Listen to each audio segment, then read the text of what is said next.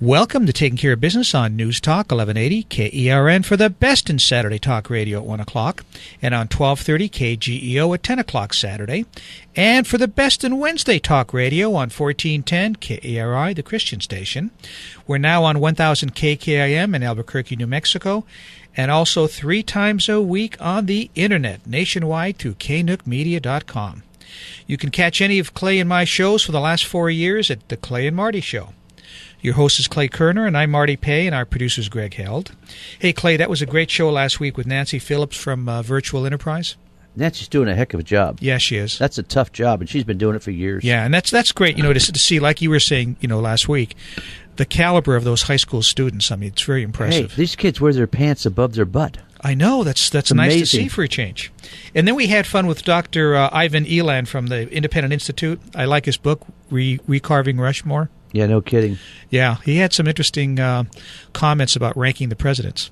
Yeah, I didn't quite agree with him. I think our current president ranks a lot lower than he ranked him. Well, but he said he was going down. He was going downhill recently. He was almost at the bottom, but he's still Carter was ahead of him. I couldn't believe that either. Well, and I'll tell you, I liked his bottom pick, Woodrow Wilson, because he did change the country in a lot of ways that Well, Obama's moving in that direction. Well, that's true too.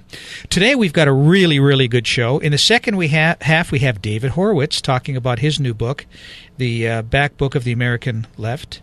And right now, by phone, we have a gentleman I've been looking forward to talking to, Roger Roffman, talking about his new book, Marijuana Nation. Roger, welcome to Taking Care of Business. Thanks, Marty and Clay. Happy to join you.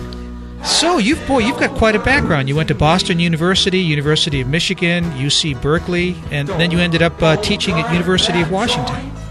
Yeah, I've been around. I have been on the faculty at the University of Washington teaching courses in drug abuse in the School of Social Work since 1972. Wow. Now, you first got involved in the marijuana as a soldier in Vietnam in the mid-'60s. I was an Army social worker. I was a second lieutenant in Vietnam, 1967. And as is the case with all officers, occasionally you get ordered to do things other than your main job. And I was ordered to serve on a board, a court-martial board. The defendant was a young guy, 24, my age at the time, and he had been charged with possessing 10 joints. And I found myself grappling with, should that be enough to send somebody who otherwise is playing by the rules to prison? I didn't know much about marijuana at all, but, man, it really struck me as possibly a real injustice to do that to this guy.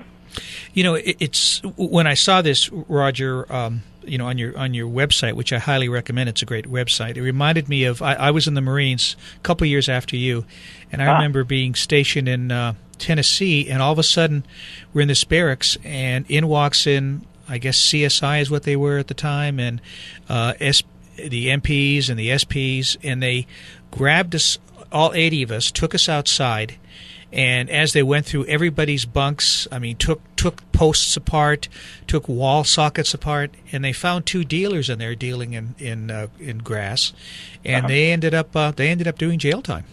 Sure. Yeah, we've been in a pretty dark place in terms of our attitudes about how to protect public health and public safety.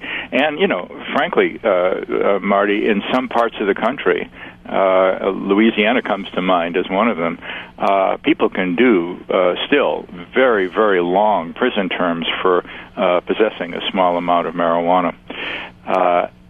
For a long time, it seemed as if that was an approach that was going to work.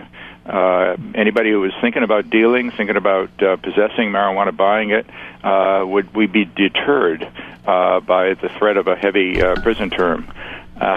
And in more recent years, public attitudes about that have shifted, and more people are thinking, there's got to be a better way than putting so many people in jail, giving so many people a criminal record if they don't go to jail, and convicting them of a crime for possessing marijuana. So attitudes are changing, and they're changing quickly.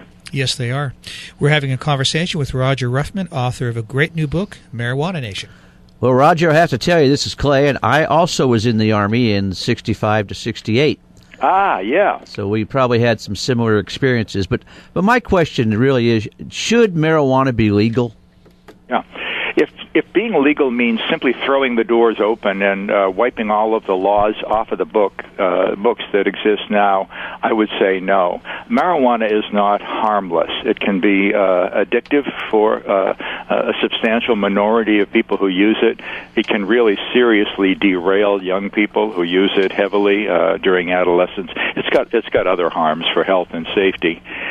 I've come to a point of view that regulating marijuana, taxing it, setting up a system that eventually pushes the black market out of business in terms of marijuana growing and selling makes sense.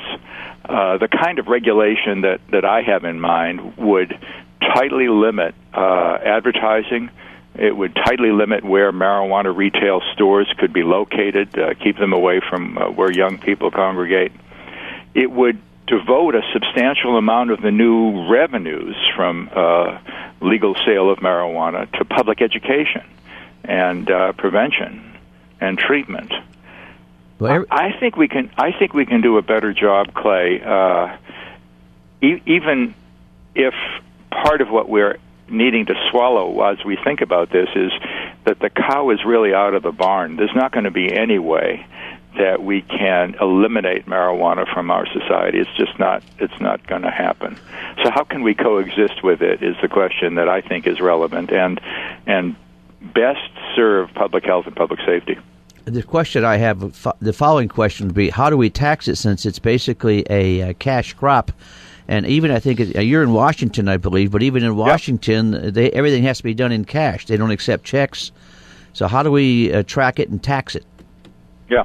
So the initiative in the state of Washington that legalized recreational marijuana actually applied a 25% tax to the grower when the grower sold it to a processor.